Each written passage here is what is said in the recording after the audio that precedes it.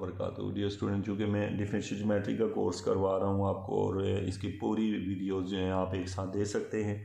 ये स्टूडेंट उन बच्चों के लिए कोर्स है जो घर बैठ के प्रिपरेशन कर रहे होते हैं और उनको कहीं ना कहीं मसला आ रहा होता है।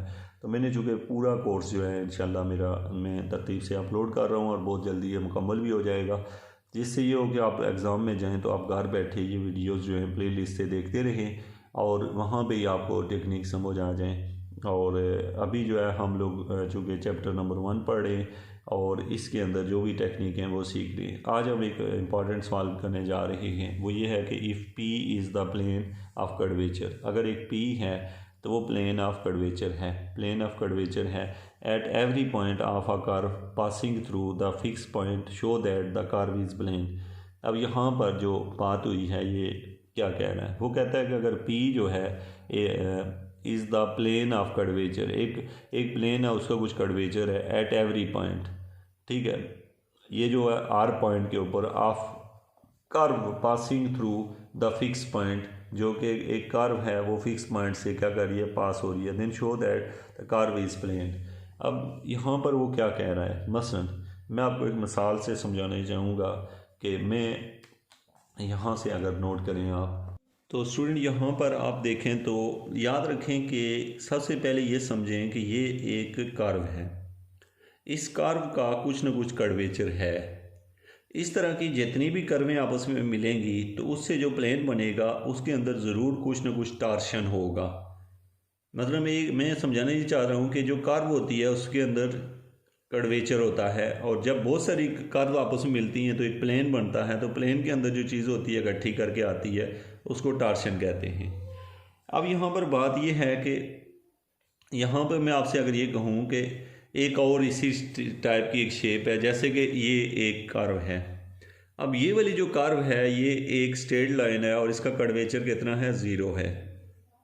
अब इस तरह की जितनी भी सीधी लाइनें मिलेंगी उससे जो बनेगा इक्वेशन बनेगी वो प्लेन होगा और प्लेन की जो टार्शन होगा वो भी क्या होगा, 0 होगा। अब एक बात तो आपको ये क्लियर होनी चाहिए कि ये हुआ। अब एक और सवाल है यहाँ पर कि मैं अगर ये कहता हूँ कि सपोज़ कोई प्लेन है, मैं क्या कह रहा हूँ आपसे कि सपोज़ एक प्लेन है, जैसे नोट करें कैसे, सपोज़ कि एक प्लेन है, जैसे ये एक प्लेन है, ये अगर ये प्लेन है बच्चों तो अब आप देखें कि ये एक प्लेन है और इस प्लेन का नाम P है। Suppose P is a plane, ये कोई प्लेन P है, ओके।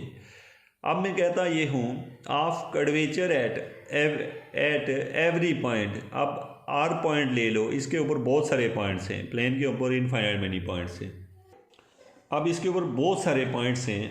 अब हम कहते हैं कि every point of the curve का हर point through the fix point, वो क्या करे यहाँ पे थ्रू अ फिक्स पॉइंट। यहाँ पे देखें ये जो पॉइंट है ये प्लेन का पॉइंट है, ये भी प्लेन का पॉइंट है, ये भी प्लेन का है, ये भी प्लेन का है, ये भी प्लेन, और ये प्लेन खुद किससे मिलके बना हुआ है, लाइन से मिलके बना हुआ है।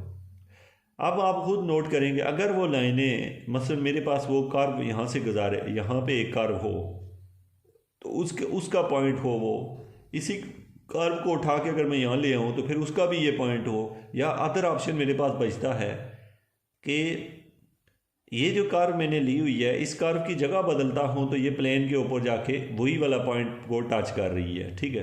तो इसका मतलब ये हुआ कि यानी कि मतलब मेरे पास कर्व एक ही है लेकिन उसके ऊपर जो पॉइंट है उस कर्व को मैं पूरी को उठा के दूसरी जगह ले जाता हूँ तो वो पॉइंट भी दूसरी जगह शिफ्ट हो जाएगा, यहाँ से यहाँ शिफ्ट हो जाएगा।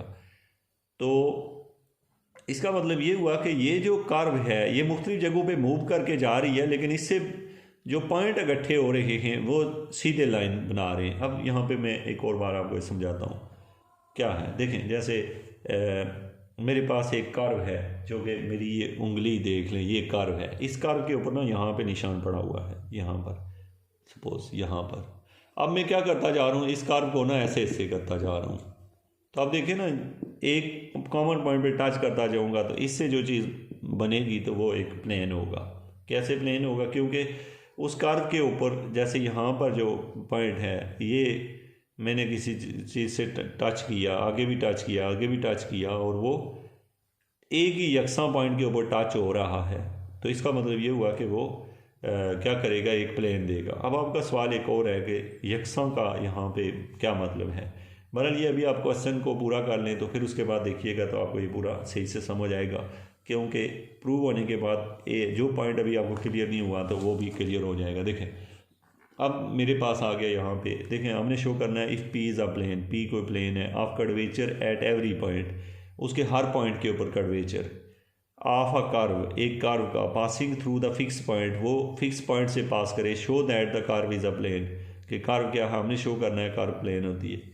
याद रखेंगे जब कोई कर्व प्लेन हो तो इसका मतलब है उसका टार्शन ज़ीरो होता है। ये टा लिखा हुआ है, टी नहीं है, ठीक है। ये वैसे हमने पीछे पढ़ा हुआ है, ये अभी इसको पीछे छोड़ दें। असल यहाँ पे आते हैं, हम कहते हैं equation of a plane curvature R osculating plane at R is, osculating plane का ये फार्मूला है। ये हो गया मेरे पास osculating plane, R minus R T N equal to zero. ये पीछे मैंने पढ़ाया हुआ, अगर नहीं पढ़ा हुआ तो इसको याद कर लो, ये ऑस्कुलेटिंग प्लेन का फार्मूला है। अब स्टूडेंट इस फार्मूले को हम जब ओपन करके लिखें तो ये वेक्टर ट्रिपल प्रोडक्ट है, तो इसको ऐसे भी लिख सकते हैं, पहला वेक्टर डॉट क्रॉस ये। अब चूँकि यहाँ पर हम कह रहे हैं कि टी क्रॉस एन जो होता है वो बी होता है, ये आपने पढ़ा हुआ है कि या उसमें तीनों जो कि एक सर्कल टाइप में होते हैं, तो T N B, T cross N B होता है, बी क्रॉस टी जो है वो एन होता है, इस तरह हमें पता है। इसकी जगह क्या आ गया, बी आ गया। अब हम कहते हैं let R not B the fix point, उसने कहा हुआ है कि ये जो आर दिया हुआ है ये तमाम पॉइंट्स को रिप्रेजेंट कर रहा है, तो अब अगर हम इसको फिक्स कर दें, अब याद रखिएगा ये इक्वेशन ऑफ प्लेन थी, ये जो ऊपर थी ये इक्वेशन ऑफ प्लेन थी, और ये जो नीचे दी हुई है ये भी इक्वेशन ऑफ प्लेन ही है। और इस प्लेन के अंदर आर अगर बहुत सारे पॉइंट को रिप्रेजेंट कर रहा है, तो अब हम आर को कर रहे हैं फिक्स, यानी बहुत सारों में से कोई एक ले लिया। अच्छा ये ले लिया तो इक्वेशन नंबर 1 ऐसे बन गई, क्योंकि उसने कहा था कि उनको फिक्स करो। अब इसको डिफ्रेंशिएट करते हैं equation 1 with respect to S, इसको एस के रिस्पेक्ट से डिफ्रेंशिएट करते हैं तो इसका डेरिवेटिव हो जाएगा आर, चूँकि फिक्स हो चुका है, फिक्स का डेरिवेटिव हो गया 0, इसका आर के ऊपर आर प्राइम आ गया और बी एज इट इज़, और फिर दूसरा ये ऐसे ही और दूसरे का डेरिवेटिव, ये असल में प्रोडक्ट रूल लगाया, first derivative second plus second derivative of first, तो ये बनी है। अब स्टूडेंट यहाँ से इसको हम लिख सकते हैं, अगर हम देखें तो इसको ये लिखा हुआ है माइनस आर प्राइम को टी कहते होते हैं, क्या कहते होते हैं, टी कहते होते हैं, तो ये बन जाएगा टी डॉट बी, यहाँ वाली जो टर्म है उसको हमने ये ऐसे ही लिखा, और बी प्राइम जो होता है वो टा एन होता है, ये फार्मूला हमें सेरेंट फेरेंट से पता है कि बी प्राइम की जगह ये आ गया। अब इसको और सिंप्लीफाई करके लिखें तो यहाँ पर ये जो टी डॉट बी है हमें पता है ये ज़ीरो होता है, क्योंकि आप लोगों को पता है कि ये दोनों यूनिट वेक्टर हैं, ये आपस में परपेंडिकुलर होते हैं, और दो परपेंडिकुलर वेक्टर का डॉट प्रोडक्ट ज़ीरो होता है।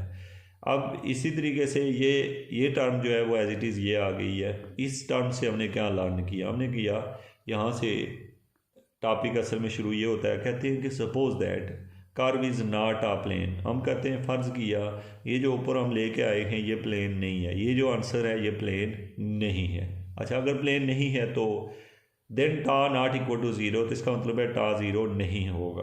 अब आप समझ गए होंगे। अगर मैं ये कह रहा हूँ कि अगर ये चीज़ देखें ज़ीरो के बराबर है तो ये ज़ीरो तब हो सकता है या तो टा ज़ीरो है या उसके साथ लिखी हुई कीमतें ज़ीरो हैं। अब आप खुद सोचेंगे, हम कह रहे हैं कि टा ज़ीरो नहीं है क्योंकि हम कह रहे हैं कि जो है वो जो कर्व है वो प्लेन नहीं है। ये अगर हम कहते हैं वो प्लेन नहीं है, असल में हमने शो करना है प्लेन है, तो फिर टा ज़ीरो नहीं है। अगर टा ज़ीरो नहीं है तो इसका मतलब है इसके साथ जो लिखा हुआ है वो ज़ीरो है। अब देखें स्टूडेंट, इसका मतलब है कि वो टा ज़ीरो नहीं तो फिर ये ज़ीरो होगा। अगर ये ज़ीरो है तो यहाँ से ये नतीजा निकलता है कि ये दोनों अगर ज़ीरो के बराबर जवाब दे रहे हैं तो ये एक डॉट प्रोडक्ट है, और डॉट प्रोडक्ट ज़ीरो हो तो इसका मतलब है ये दोनों आपस में क्या है, परपेंडिकुलर हैं। क्या, आर नॉट माइनस आर और एन दोनों आपस में क्या हैं, परपेंडिकुलर हैं। तो इससे ये प्रूव होता है कि ये दोनों परपेंडिकुलर हैं। बट हम कह रहे हैं कि आर माइनस आर जो है वो एन के परपेंडिकुलर शो हो जाता है, जबकि पीछे हम पढ़ के आए हैं कि ये तो बाइनॉर्मल के परपेंडिकुलर होता है। ये किसके परपेंडिकुलर होता है, बाइनॉर्मल के।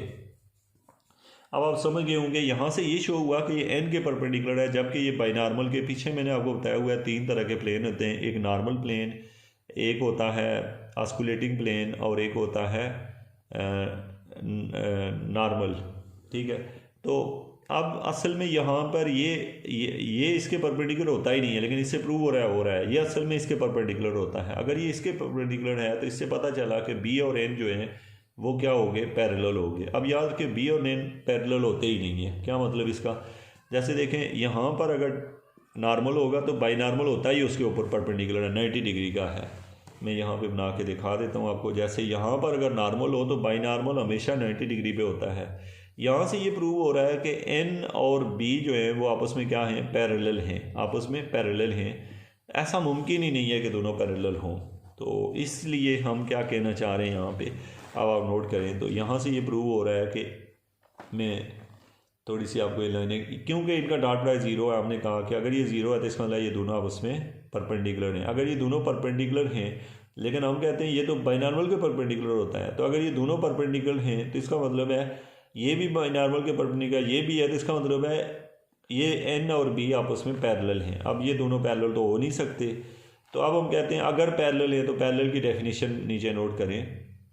सो यहाँ से r minus R equal to lambda T, ये पैरेलल की डेफिनेशन होती है, क्योंकि हमने कहा कि ये जो है ना t के पैरेलल है। ये क्या है, t के पैरेलल है। ये वाली लाइन भी मैं आपको समझा देता हूँ, इसको अच्छे से समझ लें। देखें बच्चों, कोई बंदा आपसे ये कहता है कि ये क्या चीज़ होती है, ये टेंजेंट है। इधर जो ऊपर होता है ना वो हमेशा नॉर्मल होता है, और जो इधर होता है वो बाई नॉर्मल होता है। ये तीनों आपस में 90 का एंगल बनाते हैं। एक बंदा मुझसे कहता है कि r माइनस आर जो है वो परपेंडिकुलर है किसके, बाइनॉर्मल के, और ये कंफर्म होता है इसके परपेंडिकुलर है, यानी बाइनॉर्मल के परपेंडिकुलर है। बाइनॉर्मल के परपेंडिकुलर होने का मतलब होगा या तो r माइनस आर टी के पैरेलल होगा या n के पैरेलल होगा। दोनों में से एक के पैरेलल हो सकता है, एक टाइम में दोनों के नहीं हो सकता। अब आप समझदार हैं कि मैं क्या कहना चाह रहा हूँ, क्योंकि अगर ये हमें पहले ही पता होता है कि जो r माइनस आर होता है ये बाइनॉर्मल के पैरेलल होता है। हमने डेफिनेशन स्टार्ट ही यहाँ से की। अब यहाँ से ये प्रूव हो रहा है कि अगर ये इसके पैरेलल है, सॉरी ये इसके परपेंडिकुलर होता है, r माइनस आर जो है b के परपेंडिकुलर होता है। अगर परपेंडिकुलर है तो इसके तो दो परपेंडिकुलर होते हैं, एक t और एक n। तो इससे प्रूव हुआ कि इसका मतलब है फिर r माइनस आर इन दोनों में से कोई एक है, या t है या n है। ऊपर हम शो करके आए हैं कि n के भी परपेंडिकुलर है, तो इसका मतलब अगर n के भी परपेंडिकुलर है, b के भी परपेंडिकुलर है, तो फिर t और ये दोनों पैरेलल हो जाएंगे। ये दोनों, क्योंकि हमने ऊपर शो कर दिया इसके भी परपेंडिकुलर है, इसके तो बचा ही यही है। यही बात यहाँ पे हम कर रहे हैं। यहाँ हमने कह दिया हमने कह दिया कि r नॉट माइनस आर जो है वो परपेंडिकुलर है इनके। एक दफ़ा हमने कहा कि नॉर्मल के परपेंडिकुलर है, और बाई नॉर्मल के तो बाई डिफ़ॉल्ट ही होता है। तो अगर ये दोनों के परपेंडिकुलर है तो पीछे बचता है कि ये t के पैरेलल होगा। अगर ये t के पैरेलल है तो पैरेलल की डेफिनेशन ये होती है कि दोनों वेक्टर अगर पैरेलल हो तो कोई चीज़ मल्टीप्लाई करके उनको बराबर किया जा सकता है। अच्छा, फिर ये डेफिनेशन होती क्यों है, मैं ये भी बता दूं। देखें, आपसे कोई कहता है कि ये दो वेक्टर हैं, एक वेक्टर ये है और एक वेक्टर ये है, ये दोनों वेक्टर आपस में पैरेलल हैं। पैरेलल का मतलब कि इनकी डायरेक्शन सेम है। ये अगर u है, ये v है, तो हो सकता है कि मैं v के साथ कोई चीज़ मल्टीप्लाई करूं, जैसे 2u करूं तो यही बन जाए। यानी किसी स्केलर से मल्टीप्लाई करके एक वेक्टर को दूसरे के बराबर किया जा सकता है। ये पैरेलल की डेफिनेशन होती है। और अगर वो दोनों पहले से बराबर हो तो t की कीमत 1, लेमडा की कीमत 1 आ जाती है। ये हो गया पैरेलल की डेफिनेशन। अब इससे ये बात प्रूव हुई है कि ये r नॉट ये उधर जाएगा तो ये मेरे पास जो है लेमडा टी, यहाँ पर r not plus lambda T, ये माइनस लिखा हुआ है, यहाँ माइनस नहीं आता, प्लस आता है, क्योंकि ये यहाँ से उधर शिफ्ट होगा तो यहाँ पे क्या आ गया, प्लस। अब यहाँ से देखिए स्टूडेंट, यहाँ पे जो असल मसला शुरू होता है वो क्या है। दिस टेल्स दैट, ये हमें बताता है कि curve is a straight line. ये स्ट्रेट लाइन का फार्मूला है कि कर्व जो है वो स्ट्रेट लाइन है। विच इज़ अ कॉन्ट्राडिक्शन, ये कॉन्ट्राडिक्शन है। क्यों, यहाँ देखें, हम पीछे सपोज करके आए थे, हमने सपोज किया था, suppose that the curve is not a plane. हमने ये शो किया था कि कर्व प्लेन नहीं है। अगर कर्व प्लेन नहीं है तो फिर इसका मतलब है उसका टार्शन ज़ीरो नहीं है। अगर टार्शन ज़ीरो नहीं है तो पीछे हम प्रूव करके आए हैं कि फिर वो उसका कर्वेचर फिर होगा ही होगा। तो यहाँ से वो स्ट्रेट लाइन तो कभी नहीं होगी, क्योंकि स्ट्रेट लाइन पीछे हम क्या क्या आए हैं कि जो कर्व हमने सपोज की हुई है वो स्ट्रेट लाइन नहीं है। यहाँ से शो होता है कि वो स्ट्रेट लाइन है, क्योंकि ये स्ट्रेट लाइन हो तो ये स्ट्रेट लाइन का फार्मूला बन गया है। इससे हमने क्या किया, again the fact that the curve is not a plane, so over supposition is यहाँ पे रॉन्ग है, W से लिखना है, यहाँ इसको ठीक करना है आपने, wrong, hence the curve is a plane. तो इससे प्रूव हुआ कि कर्व जो है वो प्लेन ही है। यानी कि ये जितना आगे वाले पेज पे हमने काम किया ये थ्रू आउट गलत आ रहा है। इसका मतलब है कि यहाँ पर जो इक्वेशन थी, इस इक्वेशन के अंदर ये टर्म ज़ीरो है ही नहीं, टा ज़ीरो है, यानी कि टार्शन ज़ीरो है। इससे आगे जितनी लाइनें की हैं वो गलत है। तो ओवरऑल जो है स्टूडेंट, आपने इस क्वेश्चन से ये सीखा कि अगर हमारे पास यहाँ से देखें कि अगर आप लोग ऑस्कुलेटिंग प्लेन की इक्वेशन लें तो उस ऑस्कुलेटिंग प्लेन को ऐसे भी लिख सकते हैं, और वो ऑस्कुलेटिंग प्लेन में अगर कोई पॉइंट फिक्स कर दिया जाए तो वो हर जगह अगर यकसा हो तो वो लाजमी तौर पे टार्शन ज़ीरो ही होता है, और अगर टार्शन ज़ीरो हो तो वो चीज़ प्लेन होती है। तो इससे ये अगर हम उसके अपोजिट चलेंगे तो वो गलत आंसर देगी। तो यही हम शो करना चाहते थे। Thank you.